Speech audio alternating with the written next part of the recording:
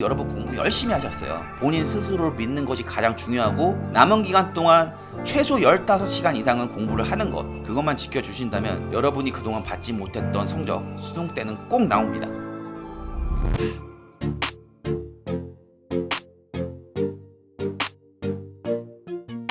랑쌤TV 시청자 여러분 안녕하십니까, 랑쌤입니다. 9월 모의고사 성적표가 나왔습니다. 그래서 9월 모의고사 성적표를 토대로 수능에서 어느 정도 성적을 맞아야 원하는 대학을 갈 수 있을지 직접 제가 성적표를 보여드리면서 설명을 해드리려고 합니다. 우선 간략하게 이번 9월 모의고사가 어땠는지를 분석을 해보겠는데요. 통합수능 체제에서 총 5번의 시험이 있었습니다. 국어하고 수학의 표준점수의 최고점을 비교해보면 국어의 경우 작년 9월이 너무 쉬운 거를 제외하고는 대부분 국어가 어렵게 출제가 됐었는데, 이번 9월달에 국어가 6월달에 비해서는 생각보다 쉽다라고 여러분들께 방송으로 말씀을 드렸는데 역시 표준점수에서 그게 확연히 드러났습니다. 6월달 최고점 149점에서 9월달은 140점으로 표준점수가 하락이 있었는데요. 최고점 인원이 59명에서 343명으로 엄청나게 많이 는 건 아니지만 6월과 비교했을 때 상대적으로 1등급 안에 들어가는 학생들이 많지 않았나 이런 생각이 들고요. 수학은 확실히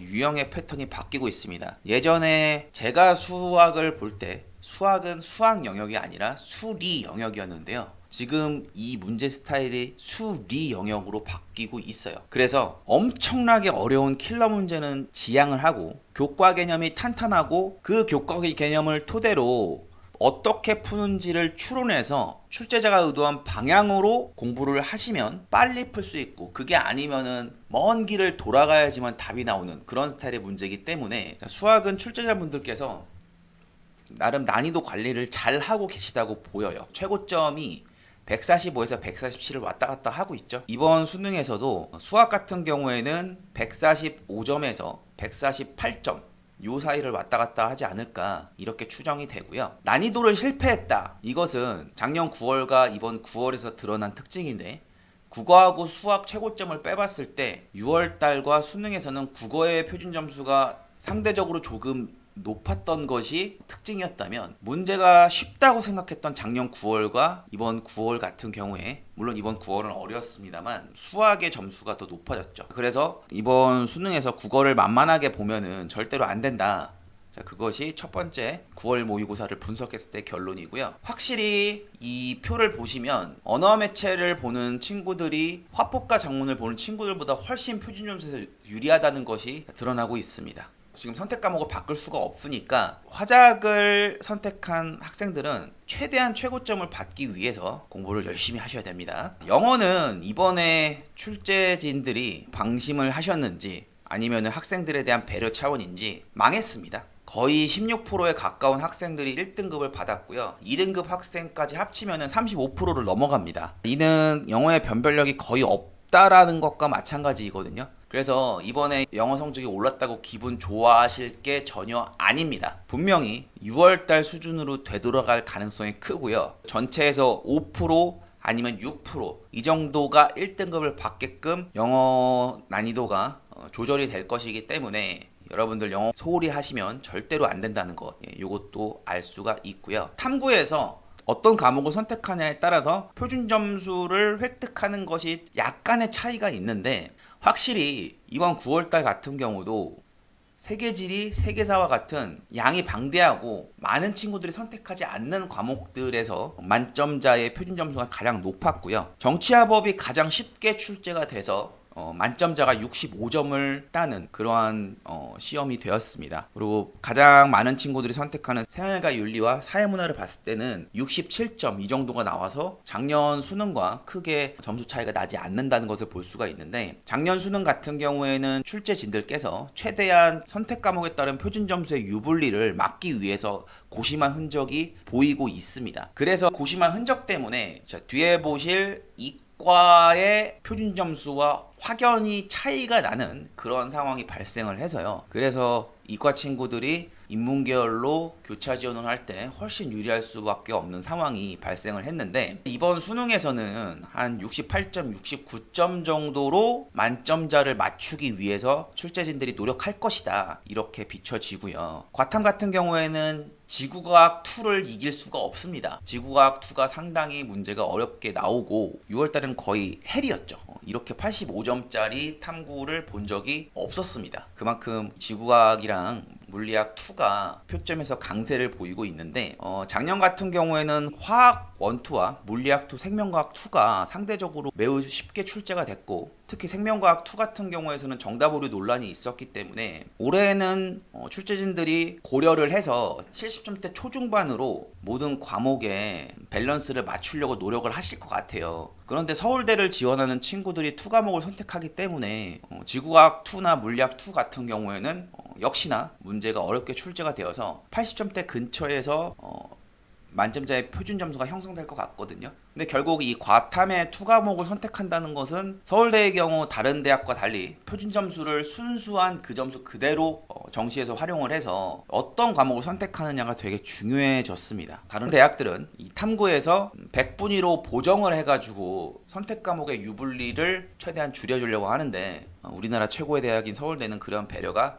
전혀 없다는 것을 알 수가 있습니다. 6월 탐구 같은 경우에 확실히 사탐이 과탐보다 점수대가 낮기 때문에 자연계열 친구들이 인문계열로 교차 지원을 하는 것 역시 작년처럼 상위권 대학일수록 많이 침공을 할 것이고요. 그것에 대비해서 인문계열 친구들 같은 경우에는 점수대를 확실히 확보하지 않으면 안 된다. 이것을 말씀드릴 수가 있겠습니다. 그리고 여러 입시 기관에서 가채점을 가지고 등급을 추정을 하고 있잖아요. 작년에 비해서 많이 발전을 해서 1등급을 맞추는 것은 상당히 회사들이 정확해졌습니다. 그래서 화법과 작문, 언어와 매체 대부분 다 비슷하게 추정을 하고 있고요.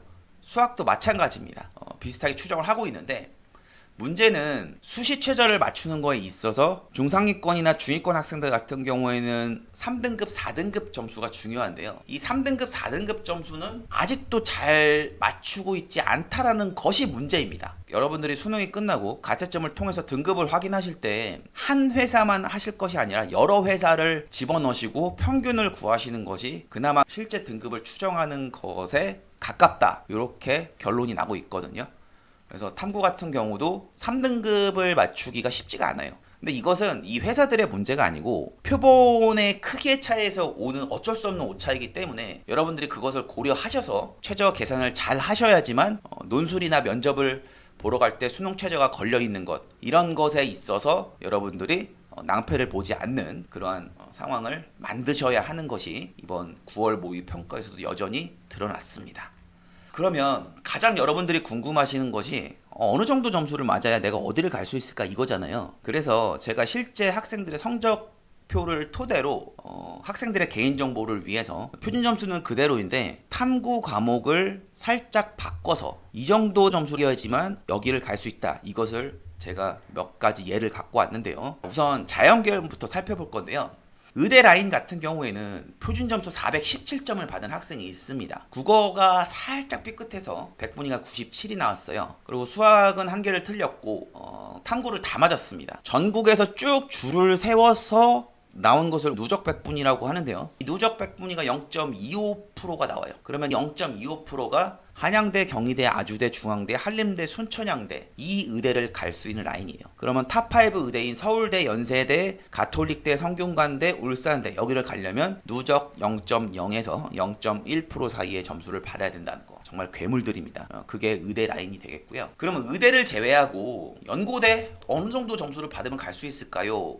라고 봤을 때 표준 점수 396점을 받은 학생이 있는데 국어도 2등급입니다. 근데 2등급의 레인지가 되게 커요. 그래서 2등급 중에서 100분위가 94, 95 이 정도를 맞아야지만 연고대 갈 수 있습니다. 수학이 하나를 틀려서 100분위가 99가 나왔고 탐구가 미진한데 요 미진한 탐구를 백업할 수 있는 것이 수학이었어요. 수학을 하나 틀렸기 때문에 이 친구의 점수면 서울대 하위권 학과와 연세대, 고려대 같은 경우 컴퓨터, 반도체, 바이오 같은 인기학과를 제외하고는 다 원서를 쓸 수가 있었고요. 한양대 같은 경우도 미래자동차공학과, 기계공학과도 충분히 들어갈 수 있는 점수입니다. 그래서 제가 누누이 말씀드리잖아요. 연고대, 한양대, 성균관대 여기를 자연계열 학생들이 뚫으려면 100분위 95로 모든 과목이 도배가 되면 충분히 가능하다. 그렇게 말씀드리는 게 역시 9월 모의고사를 통해서도 추정할 수가 있습니다. 그러면 중경외시 건동홍 이 라인이 제일 빡세잖아요. 표준 점수 370을 맞은 학생의 경우를 보겠는데 등급으로 보면은 이거는 거의 대부분 3등급인 학생이에요. 그렇지만 수학에서 2등급이 나와서 점수를 많이 확보를 해서 이런 점수를 받은 친구 같은 경우에는 동국대에서 가장 인기 높은 AI 관련 학과를 제외하고는 모든 학과를 갈 수 있는 그러한 성적대이고요. 요 성적대면은 교차 지원을 했을 때 건국대까지 가능합니다. 시립대는 조금 어렵고요. 표준 점수가 370과 366 두 개를 보시면 주어진 두 친구의 점수가 4점 차이죠. 근데 4점 차이가 동국대학교 기계공학 전자전기를 갈 수 있냐 없냐를 가르는 점수가 돼요. 밑에 친구 같은 경우에는 국어도 잘 봤는데 탐구에 대한 준비가 덜 돼서 그래서 탐구에서 손해를 본 케이스가 되거든요. 그렇기 때문에 국어 수학이 가장 중요하지만 탐구도 3등급 이상 받지 않으면은 엄청나게 손해를 본다. 그걸 여러분들이 알 수 있는 지표가 되겠습니다. 좀 더 밑으로 내려가 볼까요? 탐구가 4등급과 5등급으로 내려가면은 위에 있는 친구들에 비해서 점수가 한 10점 정도 모자르죠. 그렇게 된다면 국숭세단 라인으로 내려오게 되고요. 국민대 같은 경우에는 자연계열은 들어가기 힘든 상황이 돼버립니다. 이 두 친구 같은 경우에는 수능 최저를 목표로 공부하는 친구이기 때문에 아무래도 탐구를 버린 경향이 크거든요. 그러니까 정시에서는 이렇게 나오면은 이 정도 성적이 되는데 제가 강조를 하죠. 모든 학생들이 다 정시를 치는 것이 아니기 때문에 이러한 친구들이 수시로 빠져나갑니다. 그러니까 막상 실제 수능에서는 현재 이 점수가 국민대를 충분히 들어갈 수 있는 점수이다. 이렇게 보시면 될 것 같아요. 자, 그럼 인문계열 한번 볼까요? 인문계열 같은 경우도 괴물학생 한 명 소개해드리겠습니다. 모든 과목이 다 1등급인데 이 친구가 표준 점수가 401점이고요. 그러면은 인문계열에서 동의대, 상지대, 이화여대, 인제대, 한의학과와 약학과는 인문계열 학생들도 뽑기 때문에 여기는 들어갈 수 있는 성적이 되고요. 서울대의 경우 사범대와 생활과학대는 붙을 수 있는 점수입니다. 그럼 이런 상황에서 이 친구는 연세대학교, 고려대학교 경영학과 무조건 붙는 성적이 되고요. 그러면은 아쉽게 국어를 삐끗한 친구 같은 경우에는 이 국어가 주는 타격이 되게 커서 이화여대 교육학, 특수교육학, 경희대학교 경영학과, 경제학과 요 정도 라인이 되고요. 중앙대는 들어가기가 조금 힘든 점수예요. 그러니까 국어 성적을 많이 끌어올려야 될 것 같고요. 그리고 국어가 매우 중요하다는 것이 역시 이 성적표에서 드러납니다. 비슷한 점수대를 맞은 학생, 이 친구는 등급이 되게 2등급 2점대 중반에 걸쳐서 고르게 있죠. 근데 아까 수학을 확 잘 본 친구보다는